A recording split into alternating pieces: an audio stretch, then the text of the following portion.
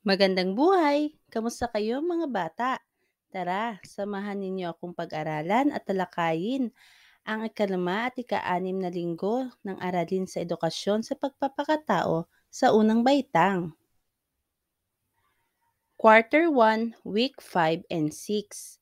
Pagkakabuklod-buklod ng pamilya. Natutuhan mo sa mga nakaraang aralin ang kilalanin ng iyong sarili ayon sa iyong hilig, interes, kakayahan at maging kahinaan. Naipakita mo rin at nasabi ang mga paraan sa pagpapaunlad nito. Nakilala at nailarawan mo na rin ang mga gawaing makabubuti at makakasama sa iyong sarili at kalusugan.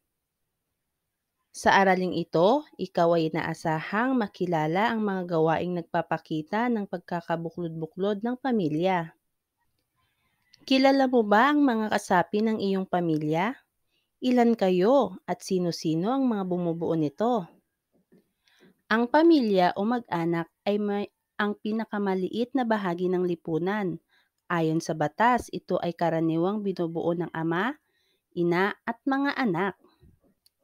May mga pagkakataon na maliban sa kanila ay may iba pang kasama sa pamilya tulad ng lola, lolo, tiyo, tiya at mga pinsan.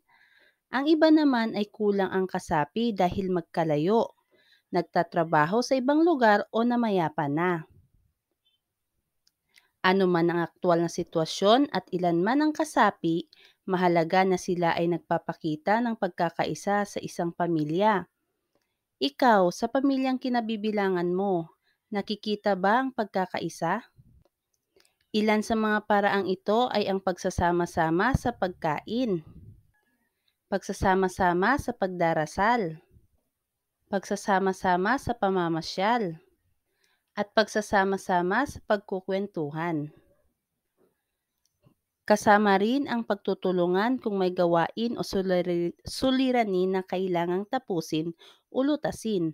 Susi ang mga ito sa pagkakabuklod ng iyong pamilya. Dumako tayo dito sa gawain sa pagkatuto bilang isa. Tukuyin ang mga miyembro ng iyong pamilya. Isulat ang kanilang pangalan sa loob ng lobo at maaari ring gumupit ng kanilang larawan at idikit dito. Magdagdag ng lobo kung kinakailangan. Gawin din natin ang gawain sa pagkatuto bilang dalawa.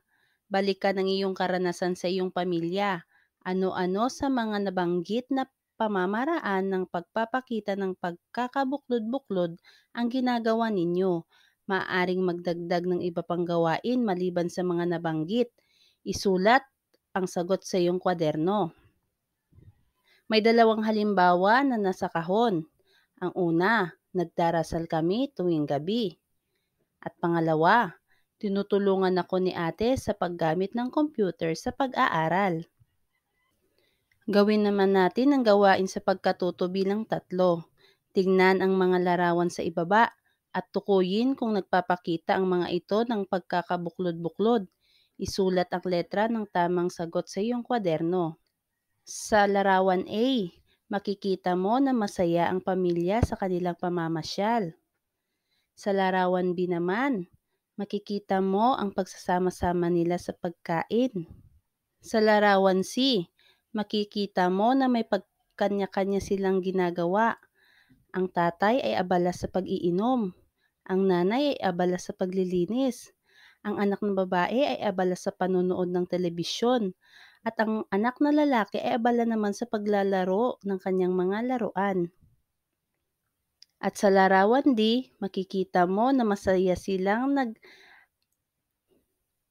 nagsama-sama sa kasiyahan. Mahusay mga bata kung nakita mo at natukoy mo ang mga larawang nagpapakita ng pagkakabuklod-buklod. Ano-ano naman kaya ang mga kilos na nagpapakita ng hindi pagkakabuklod-buklod o pagkakawatak-watak ng pamilya? Tingnan natin dito sa gawain sa pagkatuto bilang 4. Tingnan ang mga larawan sa ibaba at tukuyin kung nagpapakita ang mga ito ng hindi pagkakabuklod-buklod. Isulat ang letra ng tamang sagot. Sa larawan A, makikita mo na ang dalawang bata ay nag-aaway o nagtatalo sa kanilang laruan. Sa larawan B naman, makikita mo na may kanya-kanyang ginagawa ang pamilya. Ang tatay ay abala sa kanyang computer, ang nanay naman ay abala sa kanyang pagkain, at ang anak ay abala sa telebisyon.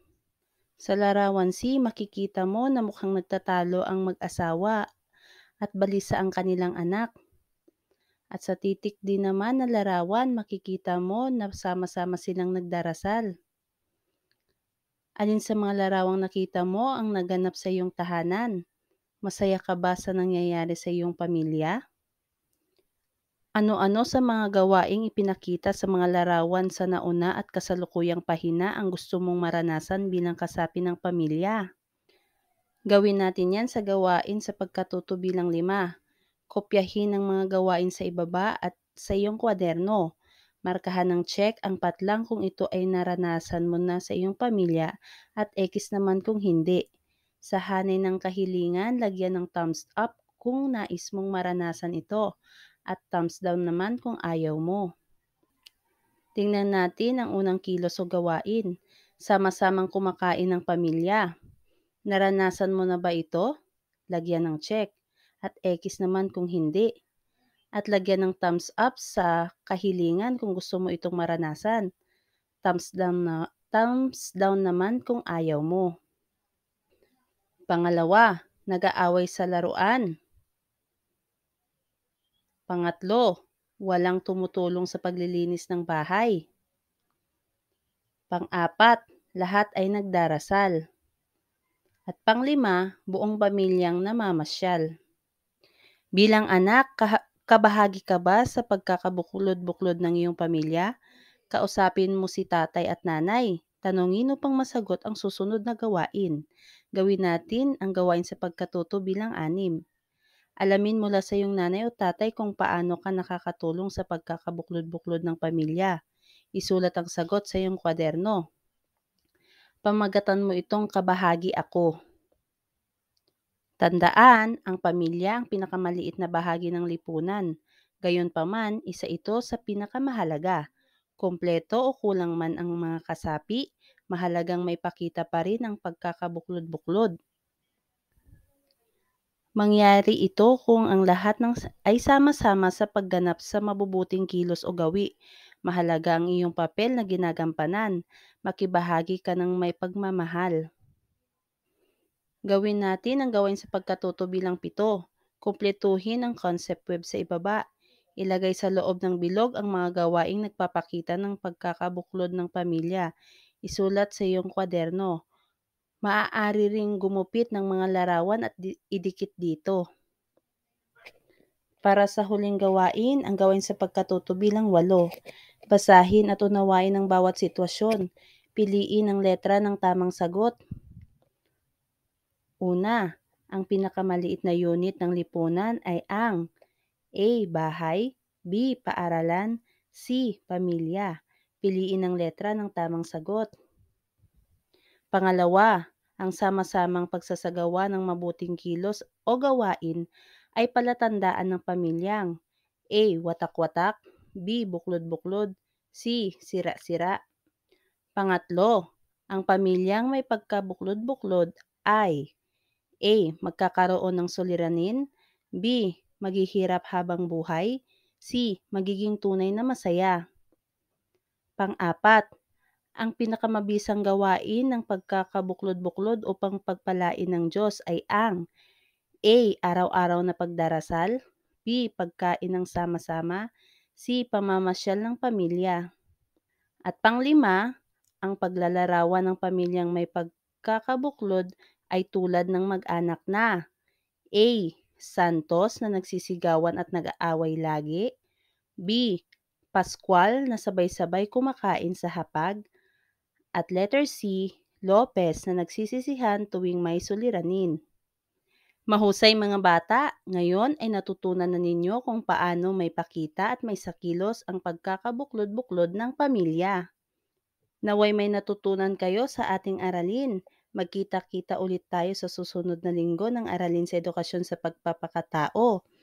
Maraming salamat.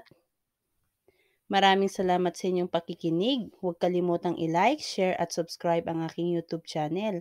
At pakihit na rin ang notification bell upang maging updated ka sa mga susunod nating aralin. Hanggang sa muli, paalam!